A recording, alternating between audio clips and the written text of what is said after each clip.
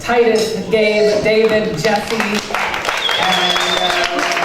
Christopher, and there's somebody snuck in on the saxophone, and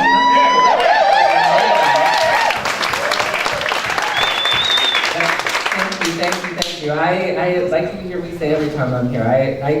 We rock. We totally rock. We have the best music. Thank you everyone for being here for our new month, our month of February, which we are rejoicing in knowing that love is always the answer.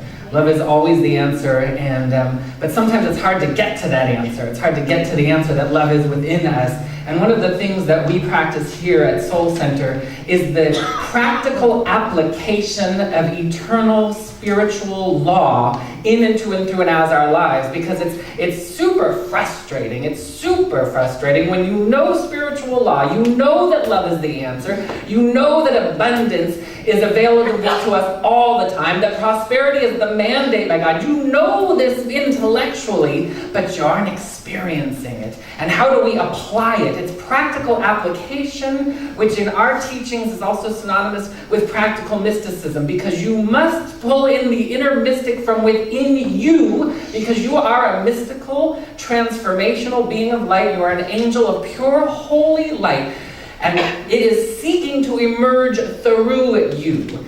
And a lot of times, and oftentimes, we become a little resistant to that. We become a little lost, maybe in rote routines of everyday life. And so we want to become divinely susceptible, as the topic today is to be divinely susceptible to your magnificence, to your greatness, and to access that and to allow it to flourish and nourish every part of your beingness. And the good news is that the exponential effect of tapping into that only leads to more goodness in every area of your life, in every section of our lives, even though we know that what we practice here is oneness. There is oneness amongst ourselves as a group and as a community. And recently in Newport, we had a couple things. This is that one of them that's really, well, both actually are kind of heavy on the heart sometimes, at least for me. And so this is where I have to spiritually apply the principle of knowing that life is eternal.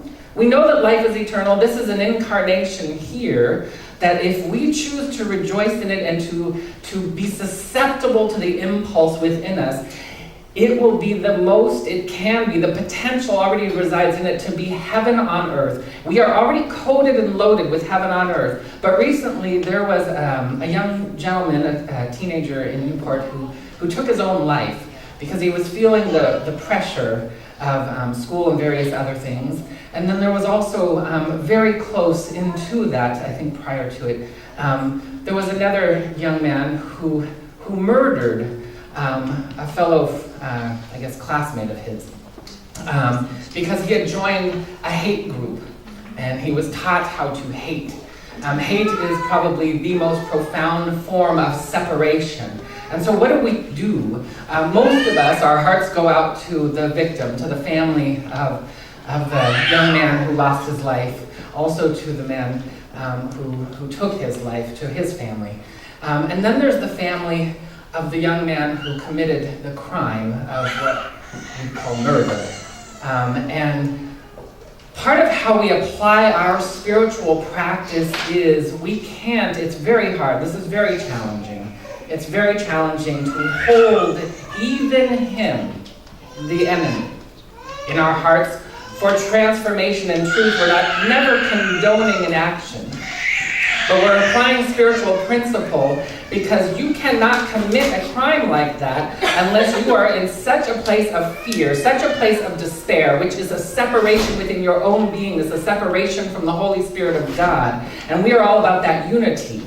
And so in our own personal lives, what that kind of looks like is just out and about, because there's varying degrees. There's varying degrees of separation. They say 6 degrees of separation. Well, there's varying degrees of separation. And separation can show up on the mildest end of so-and-so over there, just, I don't really care for them. And if you were to read the subtext of I don't care for somebody, unless that so there's a difference between somebody's behavior and who they are. So I would say it's okay that if you're not wild about a behavior, I remember once when I was coming up through my practitioner studies at Agape, there were certain things, if you can believe it, that annoyed me. And you know that any time, it's like, and again, when we become aware of things that annoy us, it's never the thing that is annoying. There's something within us. It can't annoy you unless it lands on something within you that becomes annoyed. And that's a sign that we have some inner work to do, some inner work to bring us into wholeness. And I want you to, last week we were talking about making this easy. I was talking about how we want to make our spiritual practice fun and easy. There is a way to make it fun, there is a way to make it easy, and I'm charged that we all adopt it in a spacious way, that we do this through love and through joy and through happiness and through grace. But that means we have to become soft. And it's in the softness of susceptibility, in non-resistance to God, in non-resistance to love, where we find the answers. The theme of the month is that love is always the answer. And so how do we apply this to the murderer, to any murderer? But in this case, it brought it a little closer to home. And it brings up, it's natural. We have feelings and emotions that come up. We get angry, we get sad, we get frustrated, we might even want to punch someone.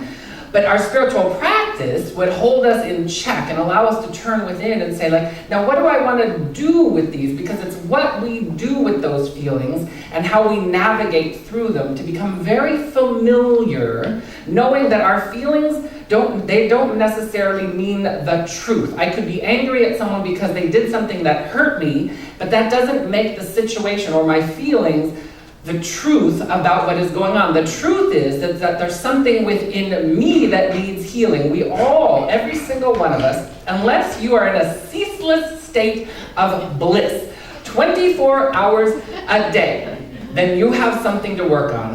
That is what enlightenment would be. Enlightenment would be that you are in a ceaseless state of bliss, kindness, generosity, that you are constantly being of service everywhere you go, with everyone, all the time. Then you are enlightened, then you can go about your business, and you don't even have to come to our service if you don't. But if that is not the case, then we've got some expansion to do. And as you've heard me say, I've been my self-proclaimed, self-anointed Reverend Fun, because one of the very first things I came from an arduous beginnings where it was I put a lot of work into things, and it was hard to do certain things. It was hard to meditate. It was even hard to pray sometimes. It was even hard. Sometimes it's just hard to be nice. Sometimes you're just you're in a mood, and it's okay, well, what do you do with that mood? We do what we do here. First, we become aware. And so there's self-awareness is one of the key ingredients on the spiritual path to divine awakening, of which we're all on. You've heard me say it before. We are all on the path of spiritual mastery. Every single one of us is awakening to our highest and grandest and greatest vision and version of our lives ever. And that means as we move through this, you're going to find times within you where sometimes there's something that goes on where it's I don't feel like being nice right now. I don't feel like it. And so it's okay. What do we do with that? Well, we have to move into the witness or the observer, and that becomes incrementally easier as we do it. Some people have put their life on a deferment plan, meaning that they like to learn through experience. I had a client once who came to me, and she was working through a big challenge in her marriage. And it came to the point where she was wondering whether she should get divorced, and she'd been coming to me for a while, so she knew kind of some of the ground rules. And whatever is going on out here as a result of what has been happening in here, whatever my belief system is, Ernest Holmes, let's see if I have it here. Well, I'll get to it in a second. I don't want to mess up his quote. But let's see if I can find it here. Life is a mirror, and it will reflect back to the thinker what he thinks into it. Now, we've heard that many times by many of the great masters. We've heard it from some of the most popular writers today, the Wayne Dyers and the Louise Hayes of the world, that have been talking to us about, what we believe is what we will perceive. But what he's talking about is the thinker. And the thinker are the thoughts within our beingness, because our thoughts are very telling. And in self-awareness, we become aware of those thoughts. And some of those thoughts are fleeting. They just fly through your brain without you even having a moment to catch it. And on this path of spiritual mastery, we slow down. We slow down and we become aware. And as you've heard me talk over the past few weeks about the different types of meditation, and one of those being the practice of reflection, it's very good to reflect at the end of the day. I would say, actually, the charge I want to put out there is, do not go to bed until you are clean. You want to go to bed, you want to at least have a minimum of a half an hour before you go to bed with no television, unless it's some very inspirational, uplifting movie. Maybe you're on Amazon Prime and you can pull up What the Bleep or something like that. You get a get out of jail free card for that one. If you're watching something that is uplifting, inspirational, motivational, then go ahead and let's use media for what it can be at its best, when it's delivering messages of truth and healing and revelation. But if that is not the case, if you're watching SVU or one of those crime things, or you're watching, God forbid, the news, you have to be very enlightened to watch the news. Because as Reverend Michael often says, do not watch the news unless you are ready to pray. Because if you want to find something to pray for, turn on the news. And so we do not want to go to bed dirty. We want to go to bed clean, so that sleep can serve its purpose. Sleep is a time of rejuvenation. It's also a time of spiritual expansion. Because when we move into the dream time, which is what sleep is supposed to be, that's, first of all, your body goes down to rest, to recharge, and to rejuvenate. And if you go to bed dirty, then your body is going to spend a lot of time trying to clean all the emotional and mental and physical toxins from within your beingness. And a lot of times that will show up as restless sleep. It'll show up as those crazy dreams where you're walking in one place and all of a sudden a door appears and you walk outside and it's someplace else, and then you meet your old boss who used to bother you and all these crazy things. Not that that's one of my dreams.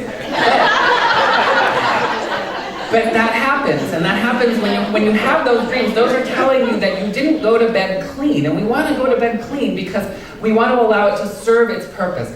So again, we want to make it fun. So we don't want to make anything along the spiritual path seem arduous or like it's a task that, one of the things you heard me talk about months ago, I remember last year, we were talking about things that you like and things that you don't like. And you have made choices every single day, every single lifetime. You have made choices of the things you like and the things you don't like. And those are coded and loaded into our beingness. And there are certain things that we like that we ought not like. Maybe I ought not like Twinkies. They're not so good for you. They've just got a whole bunch of sugar and nastiness in there. Sorry, hostess, but it's just the truth. And it doesn't give you any nutritional value whatsoever. As a matter of fact, it goes against nutritional value. It gives your body something to do. It has to go in and start cleaning, and it's using resources to get rid of that processed sugar and those preservatives. And we want to get rid of that stuff. And then you're a little tired afterwards.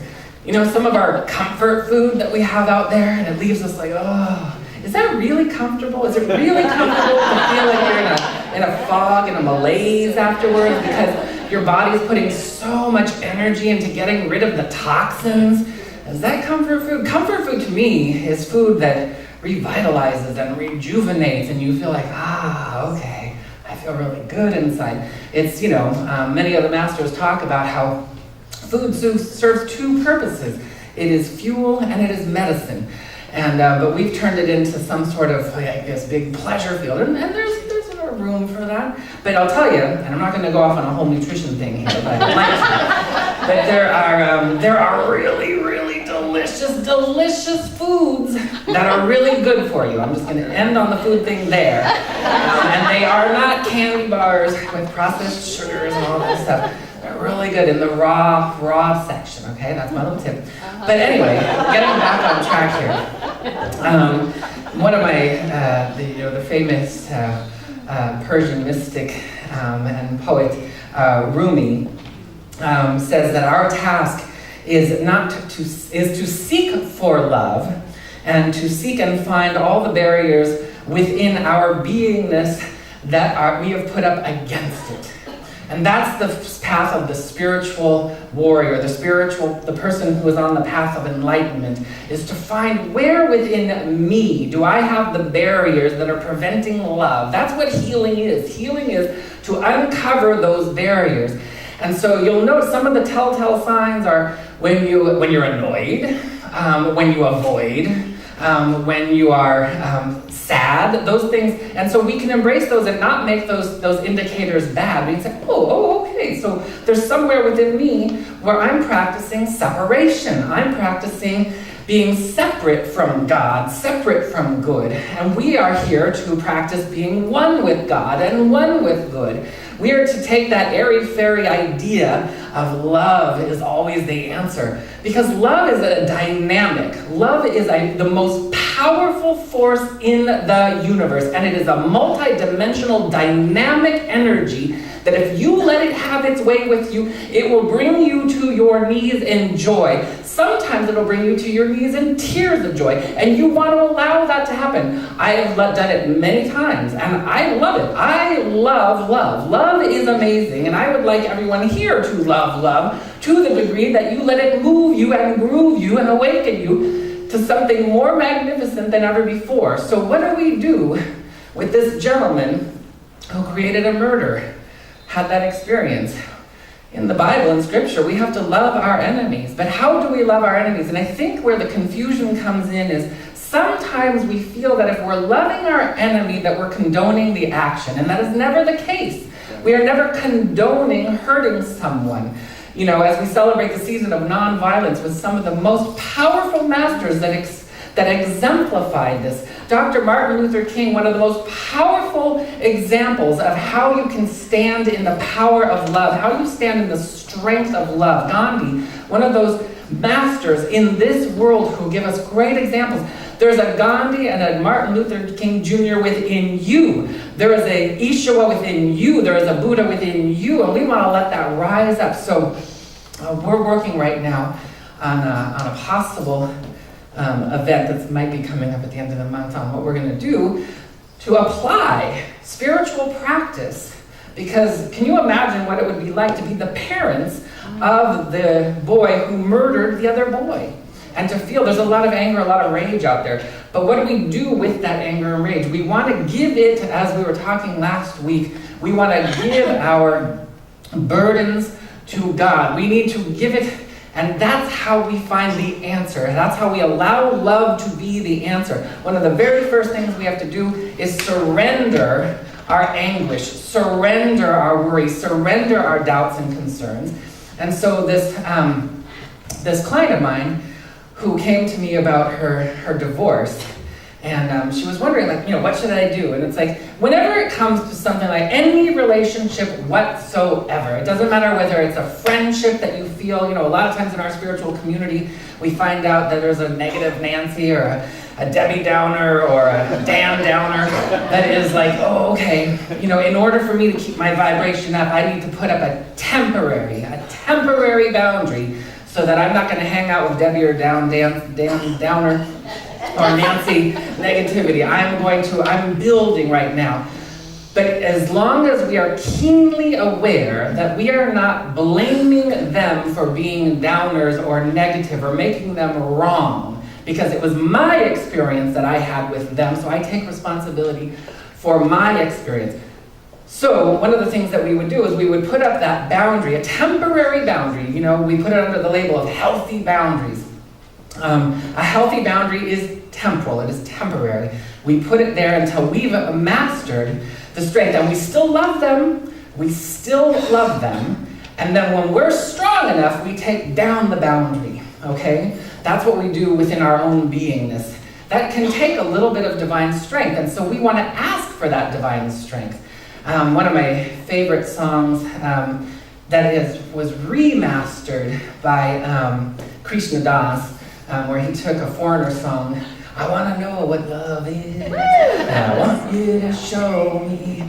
Well, that verse right there, sorry for the rendition, but that verse right there is a powerful spiritual lesson. I want to know what love is, I want to know what peace is, I want to know what prosperity is, whatever you want to know blank, what that is, and I want you to show me. In the Krishna Das, he's talking about God to show me. We want God to show us what it's like to be profitable and prosperous. So on the deferment plan, which many of us use in the human exploration of being in a human body, the deferment plan is, I don't need to work on my stuff. I'm just going to let life and let experience teach me and grow me. So the relationship that she was having with her husband, there were all these issues that were coming up, and some of them were maybe like rule breakers. And so it's like, oh, okay, so are we going to work this out amongst us, which is an option, or are we going to split and I can go work it out with somebody else? Because that's what's going to happen, because whatever you don't resolve within yourself at a given moment, you'll just take it with you and bring it over to work it out with somebody else in a different way. And sometimes, that's okay. It's okay to do that. But if you do want to, if you do choose, and my counsel is always, okay, first of all, we have to be a house united within our own beingness and seek and find the good within the relationship. So that's one of the first ground rules of spiritual reconciliation and oneness and wholeness, is we're finding the oneness and the unity. There is a way. Every single solitary relationship on this planet will come back full circle into oneness and into unity. Every single one of them will. That is a mandate by the universe. Whether we want to participate that and participate in divine efficiency would mean that I'm going to do my inner work, and I'm going to find out, instead of being on the deferment plan, where I'll just ignore what's going on, and I'll just wait till life brings me something, a challenge to grow from, I can take care of it now. So in this particular relationship, she didn't want to go on, and she also didn't want to address the issues within her own beingness, and so it took a few years. It took several years before something came around in a life experience where it brought it all back up again, and this is where patterns repeat themselves.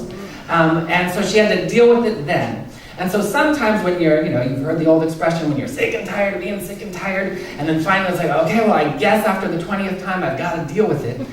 Well, back 3 years earlier, the potential to have taken care of it then already existed. And if you are practicing on being spiritually proactive, you can take care of it now instead of waiting for life. As Reverend Michael often says, you can be pushed by the pain or you can be pulled by the vision. This would be an example. If you choose to be pulled by the vision, then you'll take care of it right now. We'll go within, we'll see what needs transformation, what needs healing. We'll allow it to rise into our consciousness now, and then we don't have to wait 3 weeks, 3 months, 3 years, 3 decades for it to cycle back around to come into healing, because every single thing will cycle back for healing, because you are not whole and complete in an experience, because you are whole and complete within your beingness right now. The whole and completeness is right now. The answer is right now. Love is right now. But your experience of that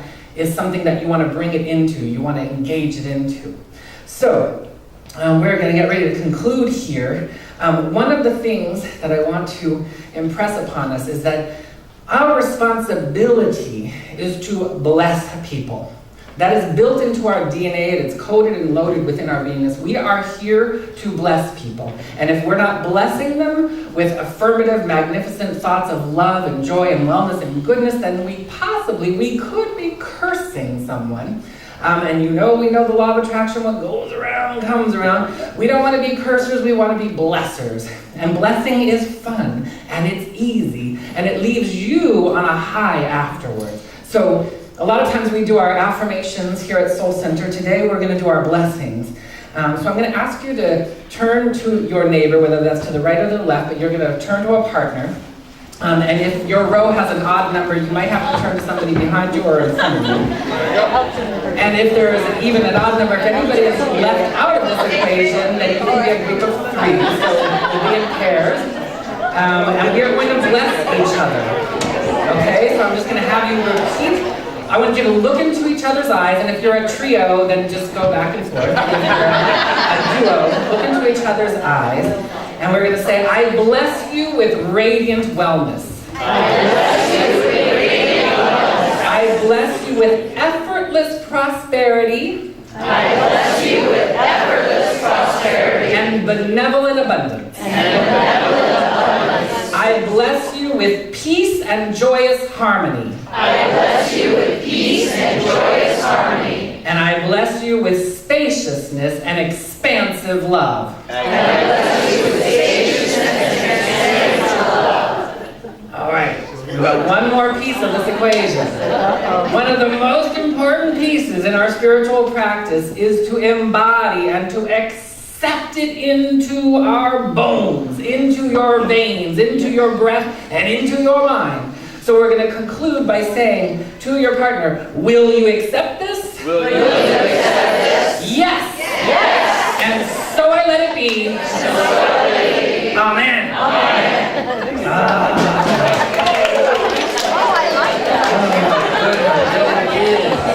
Now that wasn't hard, was it? Pretty easy, right? We're going to roll that and incorporate it into our daily practice as we invite the ushers to come forward as we get ready for our time of conscious giving in our practice of benevolent and abundant prosperity known as the art of circulation and tithing. And as you bring your tithe into your heart and hands, and we just hold it and we bless our tithe. We bless our tithe knowing that as divine ambassadors of the holy light of God, of which we are, there's not one person on this planet that is not an ambassador of holy love, whether we're practicing or not, different situation.